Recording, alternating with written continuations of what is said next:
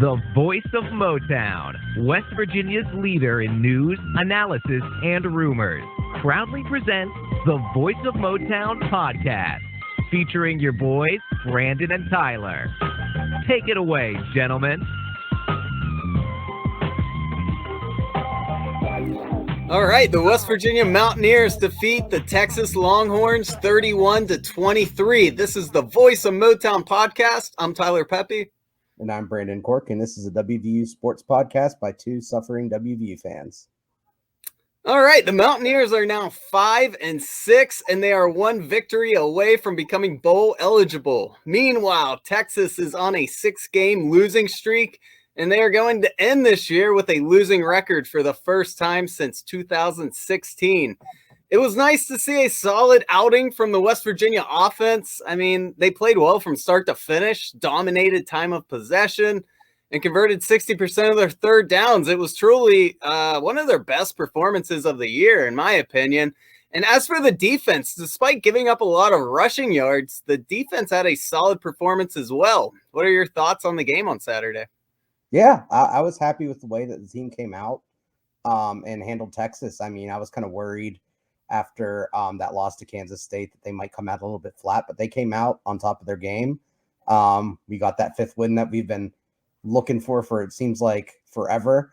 And now we're one win away against the worst team in the Big 12 to become bowl eligible. So we're in the right position for where ultimately we kind of wanted to be, which is bowl eligible. Obviously, maybe not necessarily as many wins as we would like to have right now, but getting to a bowl is still a good goal. And, ultimately we could still end up with 7 wins. So exciting. Yeah, absolutely. Overall, that game left everyone feeling good, I thought. Even though Texas is not a very good football team, like we mentioned, they're currently on a 6-game losing streak. They're not going to make a bowl game, but a win's a win. And these are the type of games that Neal Brown needs to win, so I don't take games like this for granted. Plus, there's a lot of positives to take away from this, I thought. Third down conversions. Those were the big difference for me. That's really what decided the game. We went 12 for 20 and even converted a big fourth down in the fourth quarter, which killed some more clock. Some of the most important ones, Sam James getting the first touchdown of the game on a 3rd and 7. Jarret Doege converted a 3rd and 18 on West Virginia's 17-yard line to Winston Wright. And that happened when the game was 21-17. And Texas was kind of building some momentum at that point. So that was a huge swing in our favor. Plus, WVU ends up getting their final touchdown on that drive as well. And then early in the fourth quarter, Daggy converts a 3rd and 15 from WVU's own 20-yard line with a pass to Reese Smith. So, I mean, these plays were huge because although the game never really felt like it was in jeopardy, this was only an 8-point win. So it's not like West Virginia won in a blowout. I think this game also showed how good the Mountaineers can be when their offense is helping their defense out. Texas didn't start with good field position really very often. I can't really even think of one possession. And West Virginia's defense had room to work with. And so that bend and don't break attitude, it actually worked because we weren't working with short field on defense. And that's why we were able to allow so many rushing yards and yet only give up 23 points. So a lot of positives to take away from this game. Oh, yeah, for sure. I mean, I thought it was really awesome how we rebounded too on that drive where we started out with, I believe, 2 sacks. I think we hit a 19-yarder and a 20-yard pass, only a couple plays apart after that. And, it just kind of goes to show the resilience that we had and the determination that we had to finish the game and win. And that was great to see. I love the way Letty ran, which we'll touch on that a little bit later, go into that a little bit more in detail. But, the defense was great. I mean, especially after those 2 long touchdowns that they let. They could have fell apart. They could have started reaching, but they stayed composed and they buckled down and they held them out. I mean, Texas made that quarterback change in the second half, and Card was doing really well. They started working in Keelan Robinson in the first half. And he was much more effective than Jalon Johnson. And even though those 2 players made a difference for Texas offensively, after they started off flat, the defense still found a way to make sure that they didn't fall apart. and that they could get the ball back to the offense when we needed to. So overall, really well, and a lot of opportunities where we could have fallen apart and, let Texas get back into the game and beat us. And we stood firm, and that's a great sign. Absolutely. Yeah, a lot to get into with the individual performances. But before we do that, we're going to talk about some big news that happened on Saturday. So the news broke that Jarret Doege is returning next year for his 6th collegiate season, stating he has unfinished business and that he and Bryce Ford Wheaton are just getting started. Of course, Bryce Ford Wheaton coming back next year because he's only a junior. So a lot to unpack here. I kind of have mixed feelings about the situation. I'm sure a lot of Mountaineer fans are outraged.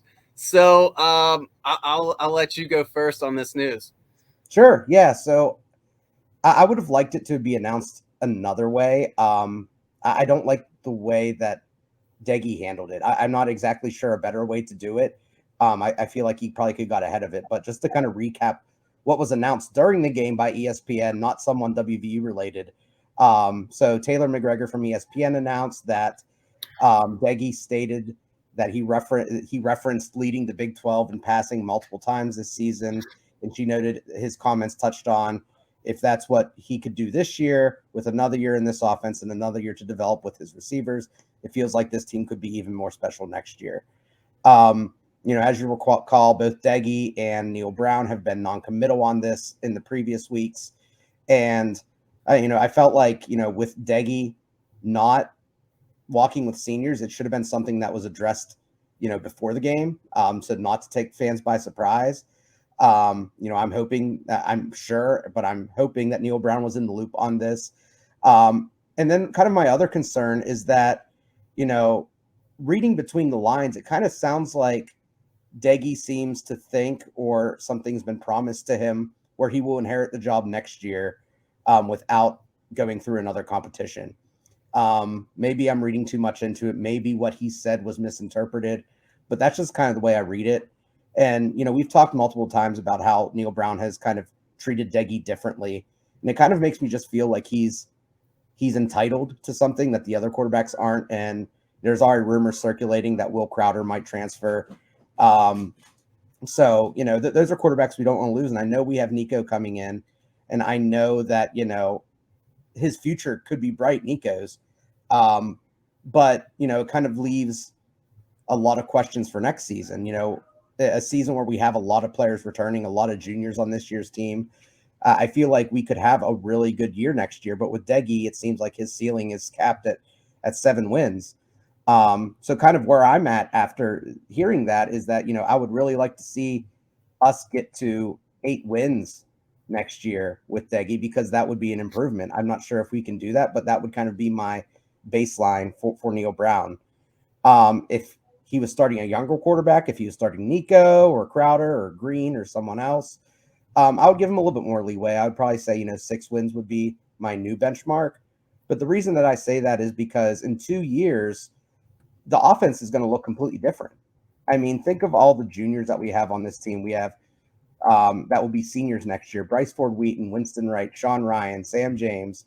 On the offensive line, James Gamitter, Doug Nestor, both our tight ends, TJ Banks, Micah Laughlin. And then obviously at center, we have Zach Frazier, who is only a sophomore, but with the way he's been playing, he could very well leave early for the draft. So in 2 years, if we're starting Nico, a first-year starter, and then we're replacing 2/3 of or 3/5 of our offensive line, it just kind of goes to a never-ending cycle of excuses that we can make to why this team isn't performing to the level that we need it to.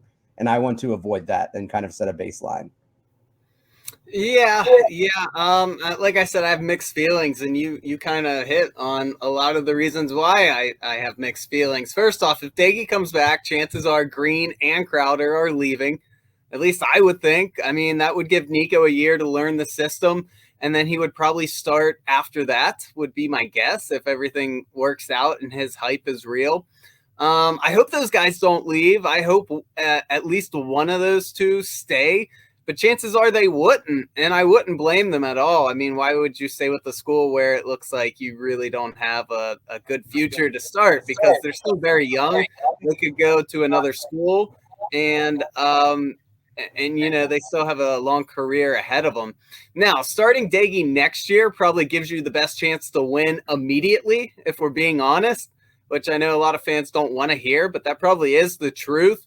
Not unless Green or Crowder really improve in the offseason. And that's really the question. Would you rather have another 6 to 7 win season, or would you rather gamble and possibly have a disastrous season with an unknown quarterback?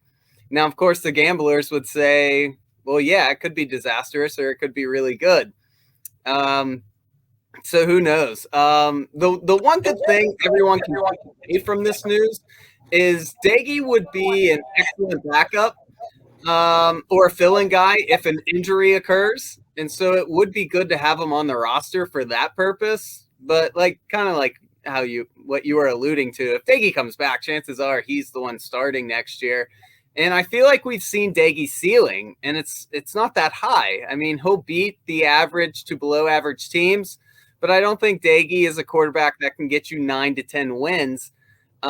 Which should be West Virginia's ceiling. On years that West Virginia peaks, they should be getting 9, 10 wins.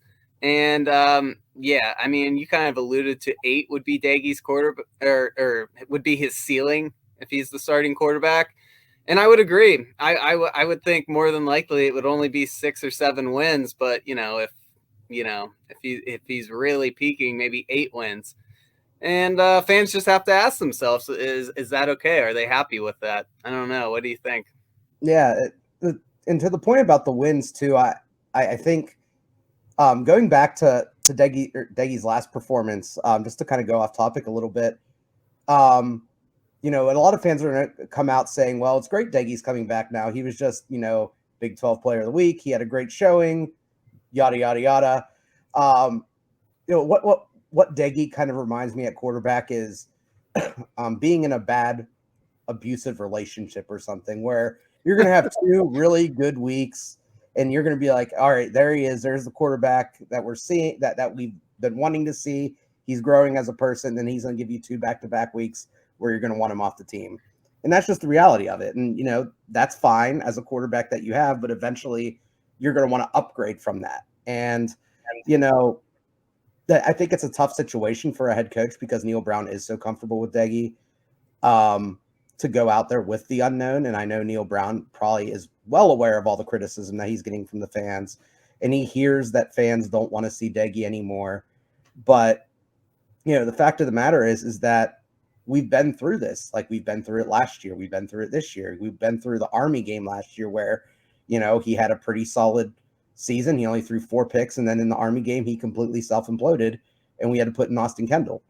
There's certain things like that just don't change. And listening to the game over, when I rewatched it, listening to the announcers say the same things that we say every day on this podcast, where he struggles under pressure. He has a trouble going through his progressions, making reads, making quick decisions. And these are all things that should come second nature to a quarterback, and not necessarily things that you should have to spend 3 or 4 years to correct.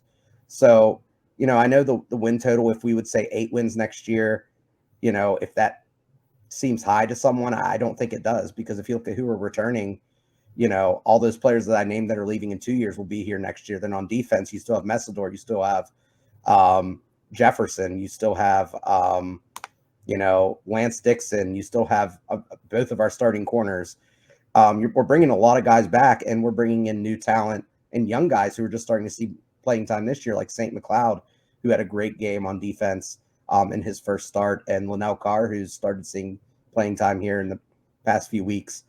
I mean, there's talent on the team, and next year should be a good year. So, I just think that it's important to set realistic expectations, and I think what we're saying here is pretty realistic. I mean, we shouldn't be making excuses for a coach who's picked this quarterback.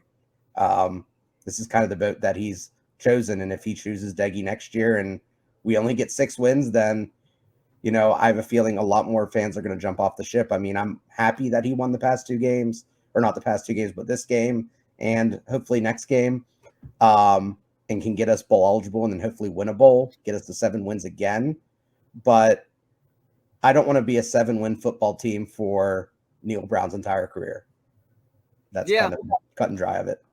Yeah, I'm with you. I mean, he did have a great game this past week, but, like I was saying, that's what he does. I mean, Texas has terrible defense, and he can put up really good numbers against average, below average teams, but the really good teams, he just struggles against. I don't know. Maybe the offensive line will come back stronger and better next year, and maybe that will help a lot. But yeah, I don't know. I don't know how I feel about it. I mean, we don't really have a lot of control over it, so it kind of just is what it is. I hope he gets better in the off season. Hopefully goes through his progressions better, handles pressure better, and maybe we can get 8 to 10 wins next year. Who knows? But if it's more of the same next year, then man, fans are really going to turn on Neil Brown quick. But here's something amazing. If Daggy does return and does start for most of the season next year, he will finish second in all-time passing yards at WVU. After Saturday's game, he now ranks 5th. He just passed Pat White and currently has 6,143 career passing yards. The record is Geno Smith. He has 11,662 yards. I mean, Daggy has no shot at passing that mark. But second place is Mark Bolger with 8,153 yards. If Daggy starts a majority of the games next year, he will easily pass that mark. That'll be less than 2,000 yards after Daggy starts Kansas and hopefully a bowl game. So I'm not going to lie, that kind of surprises me. For as much hate as Daggy gets, and probably rightfully so, he might end up being our second all-time leading passer in school history.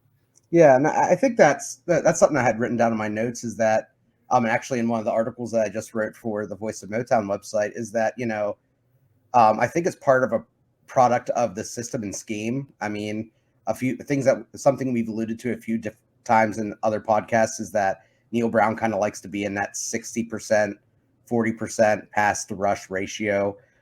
So whoever the quarterback is going to be passing quite a bit. And it seems like, especially since our offensive line is a little bit weaker, we definitely want to be passing the ball more, whether rightfully or wrongfully, just because, you can kind of avoid those losses with a short passing game more than you can so with a running game. But, just because you're leading in yards doesn't necessarily make you good. I mean, the prime example is 2 or 3 years ago in the NFL, where you had Jameis Winston, who led the league in passing yardage, but he also led the league in interceptions. And that's kind of what Jarret Doege is doing too. And I know it's, not an apples to apples comparison, but the Buccaneers weren't good that year. And sometimes you throw more when you're losing. Sometimes you throw more because of the system that you're in. So, you can't just point to yardage and say, hey, I'm a great quarterback because of that. Those two aren't correlated. It's about scoring touchdowns. It's about passer rating. It's about completion percentage and not turning the ball over. And Daggy doesn't fill all those boxes. Now, I'm still rooting for him next year if he does win the starting job over the other competition that's coming in. I'm still going to root for the Mountaineers. I still want them to win. I'm not going to hope for the ship to sink just because Daggy's quarterback. I don't hate the guy. I just want to have a better option and have a true competition to see if there is a better quarterback on the roster next year, which, from the way coaches talk about Goose, it sounds like he's really good. And if he does transfer, I'm going to be really disappointed just because it sounds like he has all the talent in the world to take the job. Now, that may not translate onto the field, but I just want a fair competition and get the best guy out there. Yeah, I'm with you about the competition. Here's the other thing that concerns me a little bit is if Goose and Green leave, then Neil Brown's got to start bringing in quarterbacks almost immediately, because you have Daggy and Nico, and Daggy will be gone at the end of next year. So then you'll have a very thin quarterback room. So I don't know. We'll see how it works out. I'm with you. I mean, I'm rooting for him. I hope he proves everyone wrong and comes out and has an amazing 6th senior year. But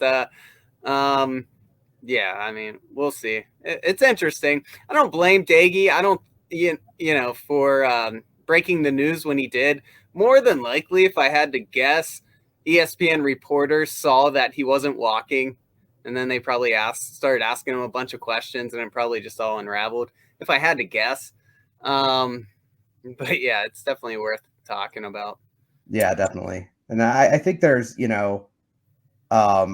just the organization of it all. There's better ways to kind of get ahead of a question like that. I mean, I know when we were sitting in the parking lot tailgating before the game, we were all psyched for the game, and then we heard that. I don't think it really took too much away, but there was kind of a brief wave of disappointment. Like, man, come on, we're having a good time. So, I would like to, hear it come from the coach's mouth or the player's mouth in a WVU sanctioned press conference or something like that before I hear it come from ESPN, because they know nothing about our university despite the research that their producers do for them and who's talking in their earpiece. So I don't know. As a fan, I would like to hear it come from our guys first. I know that's maybe being a little too picky, but it is a WVU issue. So it's kind of disappointing to hear it come from elsewhere. Yeah. All right. Well, let's move on. Let's start talking about how the offense did on Saturday.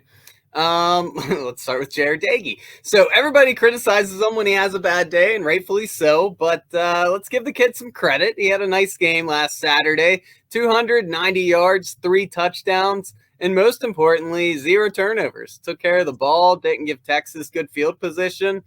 And he had some big third down conversions that we already discussed. And here's the biggest thing for me. He connected with 9 different receivers on Saturday. So spreading the ball around. And all of this led to him being the Big 12 Player of the Week. So what are your thoughts on Dagy's performance? Yeah, I thought he played well. I mean, there are a few things that, I could pick at, but ultimately completing 63% of his passes, 290 yards, 3 touchdowns, as you alluded to, Big 12 Offensive Player of the Week. He helped get us out to that lead early in the first half. I mean, if you look at the kind of play splits in that first quarter, we passed the ball 17 times compared to 7 times rushing, and we scored twice. So that was all Jarret Doege getting the ball downfield. Like you said, he spread the ball around well. We had some nice touchdown passes to Sam James, Winston Wright, Sean Ryan. I felt like he had some nice downfield shots in the first half. Not really a criticism of Daggy, but I felt like once again we kind of let the foot off the gas a little bit in the second half too. The one thing I noticed is we ran the ball more, which I am not complaining about at all. I like that, but we took less downfield shots.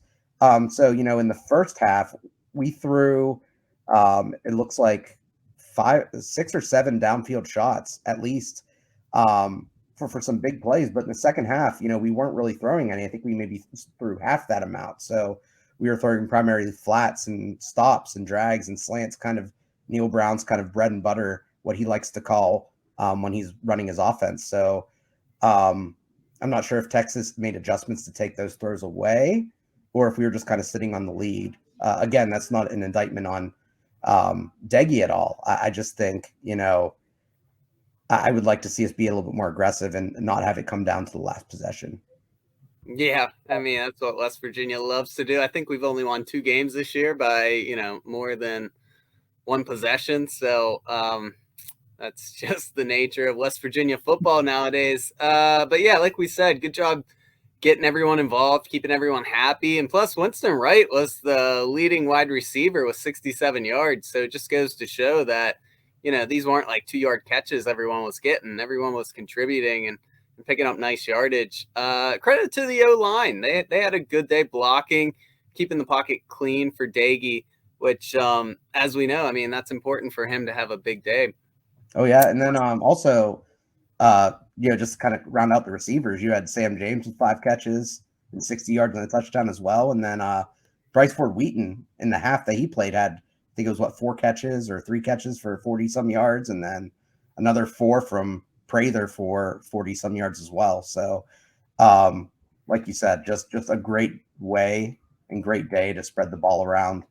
And I thought he handled it well. I mean, the one thing that I was impressed with too, that we kind of alluded to before we jumped into this, is that, you know, he had those 2 back-to-back sacks in the third quarter, and he came back and completed that 19-yard pass to Winston Wright for the first down on a 3rd and 19. And then a couple plays later hit another 20-yarder. You know, I feel like those moments before are moments where Daggy would kind of fall apart. And on that 3rd and 19 throw, he stepped into the pocket really nicely. He didn't run. He didn't panic. He got the ball out the right and delivered a nice pass. So, you know, just I would like to see more of that from him, that calm and collectedness to make a big play instead of panicking and just kind of doing something haphazard. So kudos to him for kind of figuring it out and having the confidence to go out there and make plays when he needed to. Absolutely. Yeah, great day by Jarret Doege. But also, Letty had a big day, 158 rushing yards and a touchdown. Letty has 909 rushing yards for the season, and it looks like he has a good chance of eclipsing 1,000 yards this year, which halfway through the season, a lot of us were questioning whether that was going to happen or not. So that's good to see. This was definitely one of his best performances of the season. What do you think? Oh, he was incredible. So this is a stat from Neil Brown that they said they pulled internally, so I'm not exactly sure if it's accurate or biased in any ways, but they said he forced 10 missed tackles and had 102 yards after contact. So just for context, he had 158 yards rushing. So about 2/3 of that sounds like it came after contact, which is just incredible. And that's even with him only running the ball 7 times in the first quarter. So it just kind of goes to show how much we leaned on him later in the game. You know, we were once again kind of starting to use some variation in the running game again too. And I've talked about this several times before. And it seems like some games we like to kind of do different things, and other times we just kind of like to run those RPO dives. But when we needed a first down, when we wanted to kill some clock, we were running a lot of outside zone out of that pistol formation, 3 wide receivers with the tight end. And Letty was killing it out of that. He had over 6 yards per carry on there, and he was just shredding the Texas defense, finding a corner, going up against linebackers and defensive backs, and just driving through them. I mean, his power is evident. I mean, he is so strong and willing to just run through anything. And, you know, he really seemed to want to make his last game at Mountaineer Field special, and he certainly did. Yeah, 100%. He's definitely going to be missed next year. It'll be interesting to see who steps up and takes over the running back position next year. Obviously, you know, Tony Mathis would be an easy guess, but who knows? We're a long ways away from that. Also, the offense was 4 for 4 in the red zone, all touchdowns, which is great to see. So you can't really ask for a much better red zone game than that. No, definitely. I mean, it's encouraging too, because I mean, you know, one thing that we complained about with Daggy before is that he couldn't throw touchdowns in the red zone, and he was doing it. So, you know, I love that we were doing it. We still tried to run the ball some. We got Letty a touchdown. So that was great. And then another thing is, you know, despite allowing 3 sacks, I felt our offensive line was pretty good too. I mean, I know Texas's pass rush isn't really anything to write home about, but we kept Daggy upright for most of the game. He was able to pass the ball a lot and not get hit. And that's important because, you know, that's when he's at his best.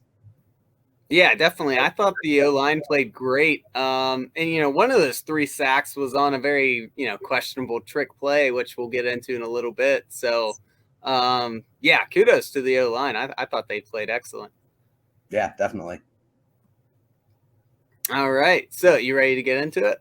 Yeah, let's do it.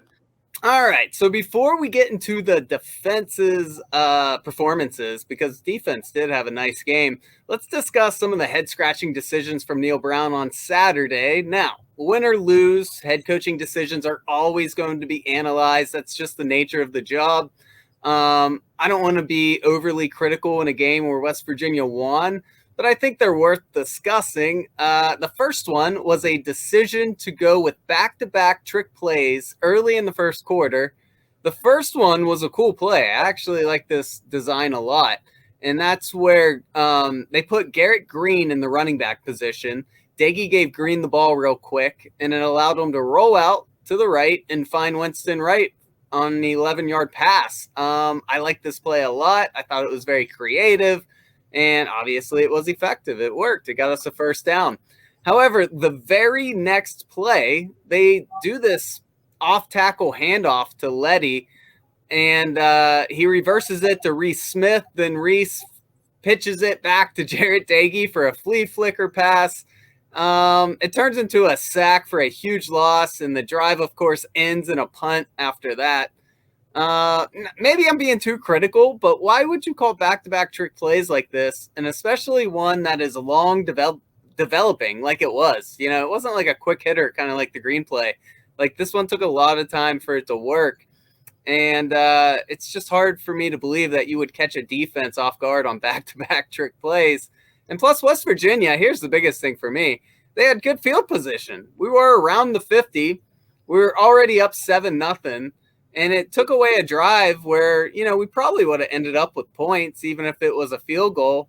And then it turns into a punt. So I didn't like that decision at all. How about you? No, I thought it was weird. And the first thing I thought after seeing those plays is Neil Brown trying to copy Mike Gundy after that Oklahoma State game that we played, because they kind of did the same exact thing where they ran back-to-back trick plays. Both of them were kind of broken, and I think the only way that they gained yardage was due to a breakdown in the defense where they were able to scramble and get some yardage. Obviously, that didn't happen for us, but you know, it's really strange, especially when we haven't really seen any trick plays at any other time in the season. And, you know, our offense was moving as is. So, you know, I think after that first trick play, I think we should have used the momentum we got from that to keep driving down the field and then save that other one for later in the game if we need it, save it for another opponent. I mean, it's creative, but, you know, defenses are going to react differently whenever they've just gotten beat by a trick play. So it was just really strange. I mean, I don't understand the kind of logic behind it. I don't even know like what they planned on doing, especially since it took so long to develop. And it seemed like the defensive linemen were in the backfield almost immediately. So who was that ball being planned and being thrown to? You couldn't really tell from the game film. So I don't know what the end goal was there. Just really strange. And, you know, I would like for more thoughtful decisions to be made in the future. Yeah. Definitely a weird decision. The next one, this is one that had a lot of fans talking. It was a decision to go for it on 4th and 5 with 43 seconds left on the Texas 36-yard line. And this was at the end of the game. I understand not kicking a field goal there. That's a 53-yarder. So I don't mind that decision. While I was watching the game, I wanted Coach Brown to punt, but I liked his explanation after the game. He convinced me going for it was the right call. He kind of went through his thought process. He didn't want to have to worry about something being blocked and taking back for a touchdown. But the decision to bomb it into the end zone was called into question by a lot of fans. And I kind of get it. You don't want to risk a pick six either if if you're just throwing a short, little hitch route. But I'm not sure that was the play call that I would have dialed up. So what are your thoughts on that decision? Yeah, I was in the camp of kicking the field goal, and looking back at it, it probably wasn't the best decision to do there. I think there's definitely an argument made to punt it because you have a better chance of pinning them back. You're gaining at least 16 yards if you could kick it out of the back of the end zone. And I do think it's okay to go for it. But like you said, the play call is interesting. I'm not sure what else I would have done because, I mean, the thing is, watching that replay to prepare for this, it wasn't that far off from being completed, and that would have ended the game right there. So, I know, you're thinking about, putting the nail in someone being aggressive. I love that. But, the kind of the risk that's there, a deep pass, you're holding the ball a little bit longer, someone gets through, strip sack, they run it back, or you throw a pick and they get blocking downfield and then they run that back. I think it's better to go safe there, run a screen, run, a short slant and just kind of see what you can get. Run a outside run to Letty or something. I mean, I think there's a lot more safer options that you can do. Like I said, I do like the aggressive play call, but in that situation, I would definitely prefer to be a little bit less aggressive, especially when you have an 8-point win. There's so little time left. Just close the game out. Take a little chance, but not something where something catastrophic could happen. Yeah. At the time, of course, everyone was like, what was that decision? But, like I said, after Neil kind of explained what he was thinking, I was cool with it. I honestly had a bigger beef with the back-to-back trick plays at the beginning of the game. I thought that was more of a weird decision. But, we're not trying to be too critical. I just thought it was worth having a discussion about. So, so let's get into the defense. It's not too often a defense gives up over 200 yards rushing, and you still consider it a good day. But that's where I stand. I think the Mountaineer defense played well. They forced 4 straight 3-and-outs to start the game. They only allowed 2 third-down conversions for the entire game. And other than one 52-yard touchdown pass to Worthy, I thought they shut down the passing attack of the Longhorns. So, I mean, granted, Texas had some drops, which helped West Virginia. But overall, solid day from the D. What do you think? Yeah, I think so. I like the way they opened and closed. I think the second and third quarter, you could kind of say they played bad or played, halfway decent, and you wouldn't be wrong. And a lot of that came because Texas made adjustments. And, Steve Sarkisian, despite him probably not being a very good head coach, he's a great offensive mind. He has been everywhere that he's been, and he figured out a way to get his offense moving. Keelan Robinson started seeing touchdowns in the second quarter. He had 9 carries for 111 yards and the touchdown, including a really long touchdown run where WVU was just being way too aggressive. I think it was Dagi was the safety on that play, and he came up and just completely whiffed on the tackle, which last line of defense, you don't want him making that play. I feel like, he provided a spark when they put in Hudson Card in the second half. He provided a spark as well. But WVU recovered. They closed out when they had to. That fourth quarter that they had was exceptional. I mean, Texas had 2 shots there with under 5 minutes left to come down the field and tie it up. WVU got a pick and then got a 4-and-out and was able to get in the victory formation and kneel it down. So they played well when they needed to, and that's what matters most. Yeah, I'm with you. Texas has such a great rushing attack. It's hard to slow them down.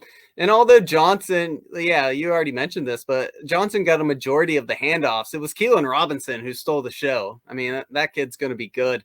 He had 12.3 yards per carry, a 49-yard touchdown run, and he's only a sophomore. So, I know the future's not looking very good for Texas, but their running back room is stacked, especially with the other Robinson coming back next year, maybe. And then another, right? I think he has to, doesn't he? I don't know if he's a redshirt sophomore or not.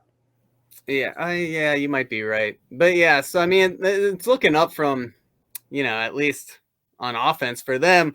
But quarterback position, rough day from Casey Thompson. We already mentioned the drops. That wasn't helping him early on in that game, but he definitely could have played better. However, I think freshman Hudson Card, he looks like he has some potential, and he's only, like we said, a freshman. So, if you're a Texas fan, obviously, they're not used to having super down years like this year, but there's a lot of potential coming back on offense next year, and that goes without saying how good Xavier Worley is. So, but yeah, West Virginia seemed to drop 8 back in coverage a lot. I heard Neil Brown talking about how that was the strategy coming in. So I'm sure that's a reason why they gave up a lot of rushing yards, is because they kind of wanted to force the quarterbacks to beat them and not allow a lot of big plays. And the strategy worked. I mean, we got the win. So big shout out to St. McLeod and Jackie Matthews. Charles Woods was out, so they had to move Matthews to cornerback, and they put the freshman St. McLeod in the starting spear position. And, I thought they both played great. What are your thoughts on their performances? Yeah, I think they did pretty well. The only kind of complaint that I had with Matthews was not really his call, but they left him one-on-one with Xavier Worthy on that 52-yard touchdown pass. And, that's just not a battle he's going to win very often. I think kind of whenever you see that matchup as a defensive coordinator or as the defensive captain on the defense, you got to audible and say, hey, we need to put a safety over the top of this guy because something big could happen. And it did. But obviously, it didn't come back to bite us. And it's great to see, someone like St. McLeod come in, someone who hasn't really played at all that I can think of all season, and fill in and play well when really kind of that middle portion of our defense is so banged up from linebacker to safety, losing Kerry Martin. I mean, I feel like we're just throwing any healthy bodies that we can in at linebacker and safety at this time, just because we're so banged up. And the defense was able to make that adjustment and, throw in some new guys, and they were able to step in and really not lose too much of a beat. So really impressive. Yeah, credit to them. That's not easy to do. I even heard Neil Brown talking about how, Jackie Matthews has played a ton of different positions this year, last year. And, that takes a lot of talent and knowledge of the game to be able to do that. So I give him a lot of credit. And, like we said earlier, Texas's passing attack was really non-existent for most of that game. So nothing but props to them. Yeah, I mean, to allude to the passing attack, I mean, in the first half, this was all Thompson at quarterback, but 13 passes for 29 yards. They didn't really get their passing game going until the second half with Card, where he had 15 attempts for about 123 yards. Now, 52 of those yards were to Worthy on that long touchdown pass. So you could say 14 attempts for 71 yards. I think that what the math would be. So, it doesn't sound as great when you take away that bomb. But, the defense was great. Yeah. You got anything else for the D? No, that was it. I'm ready to move on to Kansas. Let's do it. Yeah, because we're going to preview the Kansas game today as well. The West Virginia Mountaineers are 15 and a half point favorites versus the Kansas Jayhawks this Saturday in Lawrence, Kansas. You can watch the game on FS1 at 7 o'clock. And quite literally a win or go home game for the Mountaineers. If they win, they are in a bowl game. If they lose, then they finish the season with a losing record and miss out on a bowl game. So I don't know about you, but I predict a double-digit win for the Mountaineers for once. Kansas doesn't have a defense that causes a lot of pressure. And I can't see their offense having success versus a tough Mountaineer defense. Yeah, so I'm going to talk about their offense first because I think it's a tale of two halves, or not even halves, I think, games. So the first 9 games, they played a couple other quarterbacks, but the past 2 games, their quarterback has been Jalen Daniels. And he has been, for no other way to put it, explosive. So on the season, typically, Kansas has not scored over 20 points a game very often. But in the last 2 games with Jalen Daniels at quarterback, they scored 57 and 28. And he's also improved on their passing game. I mean, this is a passing attack that only threw for 14 total touchdowns on the season with 60% completion percentage. But in the 2 games that Daniels has started, he's thrown for 6 of those 14 touchdowns with a 69% completion percentage, 1 interception, and 611 yards.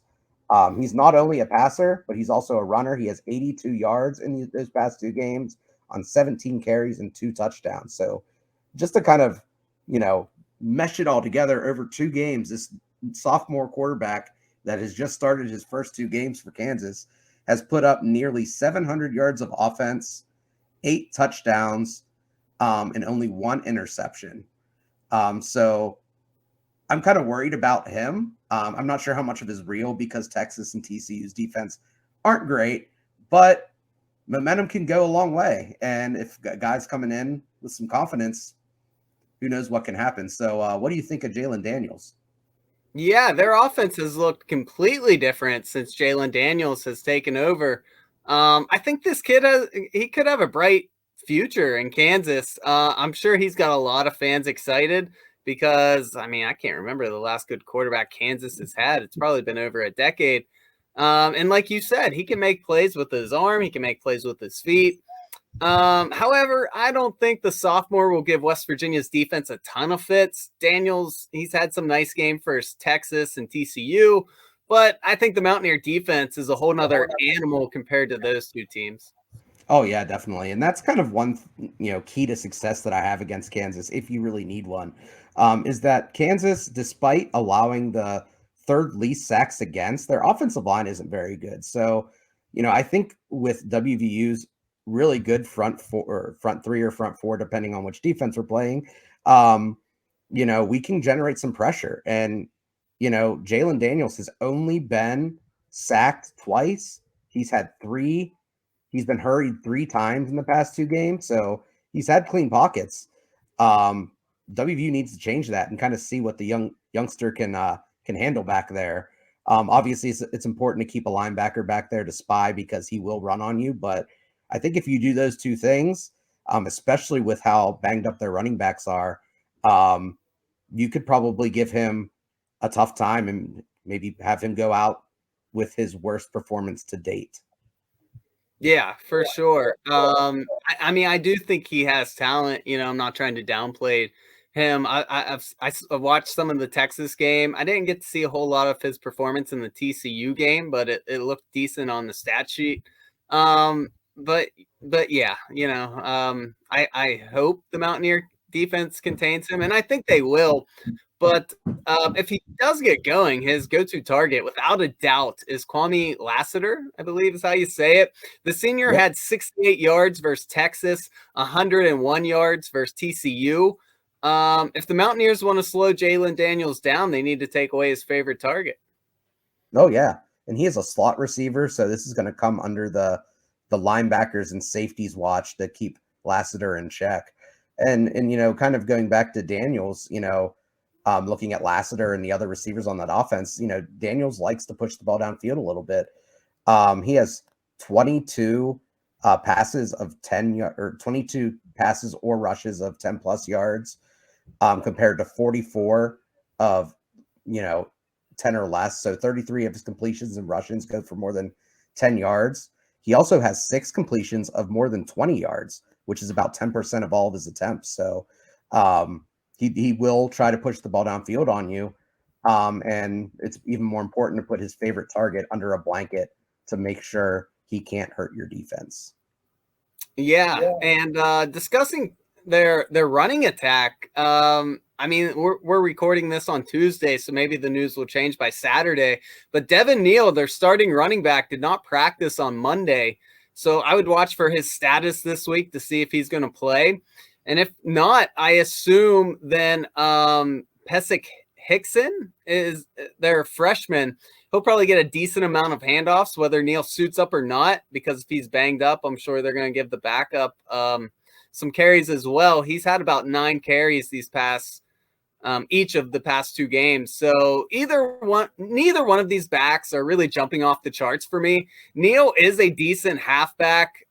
He's had some decent games, but if he's banged up, I think the West Virginia defense can bottle him up, even if he does play. And the freshman hasn't really had one solid game all season, so I don't think he's going to have his breaking out party against the stout WVU defense. What do you think? No, I think Neal's solid. I don't think he's someone who's going to single-handedly beat you. Normally when he gets over 100 yards, that's when they're scoring the most points, not necessarily winning. So scoring over 20 points, which isn't very much. They do like to run the ball more than they pass, even with Daniels back there. So getting an even younger guy back there, who is even less experienced than Neal, who is a true freshman himself, might even put more pressure on to Daniels, which against a defense like WVU is going to be a tough task, like we've said. The one thing that they do have kind of going for them is that they are a lot better on third down with Daniels out there. kind of over the past 2 games. So on 3rd and 8+ yards, they're completing 9 of 16, 5 of 11 of 3rd and 7+, 9 of 16 on 3rd and 5+. They're also 100% in the red zone, all touchdowns, 9 for 9 with Daniels back there. So I don't know. It just seems like WVU's banged up, Kansas is banged up, and every team that we're facing right now is kind of banged up too. So it's really kind of throwing a wrench into the way teams are going to operate. But I think WVU's defense, the key players are there to take advantage of those depleted rosters, especially of Kansas, who doesn't have a lot of talent as is. Yeah, for sure. I don't want to like underestimate them or anything, but like I keep saying, I just think, our defense is going to be way too much for them. So, which leads me, you ready to get into Kansas's defense? Yep. Oh, they have a defense? Yeah, seriously. I mean, there's really no other way to put this. Kansas defense sucks. I mean, they aren't very good. They allow almost 500 yards a game. They allow almost 43 points a game. They don't pressure the quarterback very well, which WVU thrives on. And they don't stop the run very well. And from what we've seen this year, when West Virginia can run the ball and when Daggy has a clean pocket, our offense can do some damage. So not unless Texas comes out here with some amazing game plan, I really don't see them slowing the Mountaineers down. Yeah, I mean, really the only player that I've seen on their team that is good, and no offense to the rest of the guys, but the only one who kind of has potential to be disruptive is Kyron Johnson. Leads the team in tackles for loss with 7.5, leads the team in sacks with 6.5, which is literally half of Kansas's total for the year. They have 13. He plays right end, so he'll probably line up over Brandon Yates. But other than that, I mean, they really don't have a lot going for them. They every stat is basically bottom of the country, talking 130th, 120th, 125th across the board. So teams have no problem moving the ball on them. I just, want WVU to not go out there and overthink things. Just go out there and do what you're comfortable with. Don't do anything stupid and don't get too overcomplicated, and just put points on the board against this team because they're going to let you do that. Yeah, 100%. I mean, Kansas, they are allowing teams to convert 56% of their third downs. That's crazy. They aren't very good in the red zone either. It's just hard to find a lot of positives about this Kansas football team. The one good thing I saw from them, they're +3 in the turnover margin. So credit to them for that. They don't turn the ball over a lot. They have 11 turnovers lost and 14 takeaways. But, I know every single guy playing on their defense has, more talent in their pinky than I do in my whole body. But, they're just not very good. I mean, there's just no reason the West Virginia offense can't have success on Saturday. The one thing that I thought was, not to pile on Kansas, but the one thing that I thought was really interesting is that on 3rd and 7 and 9, which, WVU is not immune from going in a game, half of the attempts against Kansas go for 15 yards or more. So on 3rd and 7, they're allowing twice as many yards as the team needs half the time. So maybe WVU can do some of those things if they want to run some more of those trick plays and get themselves bailed out. Yeah. And just like what you were just saying, I hope they don't try to get too cute with anything. I'm not against trick plays, but don't go over there and overthink it. Run the ball with Letty, take shots with Daggy because you're probably going to have clean pockets. If they just go out there and handle their business, this should be a double-digit win for West Virginia. Definitely. And hopefully it's not a game we have to worry about too much. I know, like we said, Kansas has been past 2 games have been close. They lost by 3 points to TCU. They beat Texas by 1 in overtime, but a lot of that was because their offense was able to move the ball. It had nothing to do with their defense, really. And those are 2 teams that are in Texas and TCU that are reeling, and maybe on the lookout for new coaches next year. Yeah, For sure. I don't have anything in the special notes. Do you have anything you want to mention before the good, the bad, and the hope? No. The only thing to mention is, there's a basketball game on Friday. But we're gonna be doing a podcast later in the week to kind of recap the tournament over the past weekend and preview for the next couple games. So be sure to keep an eye out for that. Yeah, for sure. So let's get into it.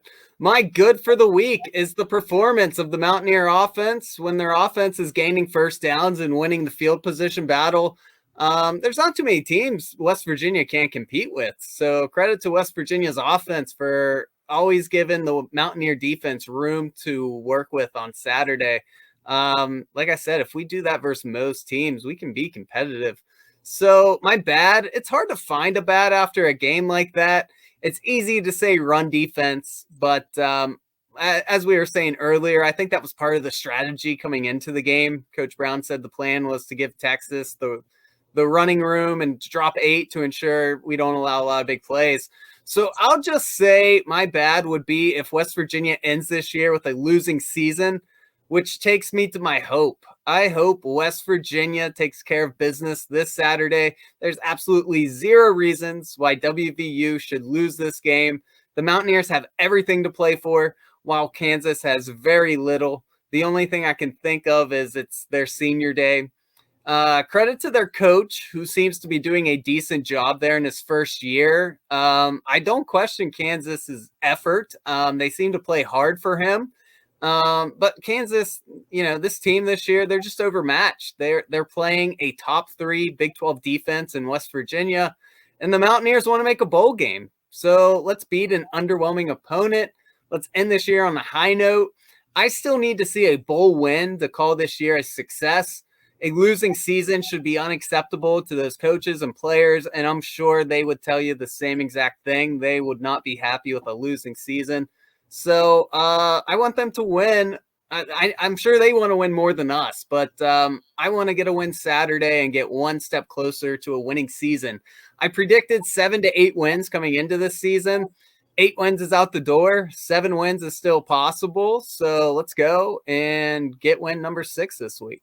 Let's do it. So my good is a little bit more specific. I'm going to go with Letty Brown. What a way to close out his career at Mountaineer Field. I mean, he wants to get 1,000 yards, and he really showed it this past week. I mean, he's been running hard the past few weeks, and he got a little sloppy against Kansas State, but against Texas, he was going at it. It looked like no one could bring him down or really wanted to bring him down.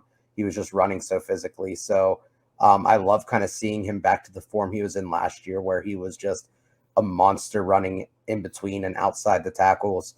Definitely one of the most fun players to watch on our roster right now with the way that he runs. My bad was the big plays that we gave up on defense. We allowed 2 long touchdowns. Other than that, the defense was pretty solid. That's really the only complaints I can find. I mean, just kind of a little bit sloppy on the play calling side, and then on the execution side on the run on those 2 plays. So, just kind of minor things to complain about in a win, but those were 2 bad things that happened. My wish is that we go into Kansas and we come out healthy, especially on the defense. Our defense is banged up. We have some guys hopefully returning soon, but we cannot afford to have anyone else go down with injury. I really just want to see us go out there, get a nice win, get our starters some rest if we can, and get ready for whoever match up in the bowl game that might be looking too far ahead. But it's hard not to look past Kansas. So just want our guys to stay healthy, especially in the secondary where we're already so banged up. Yeah, for sure. And that's it for us, guys. We appreciate you listening.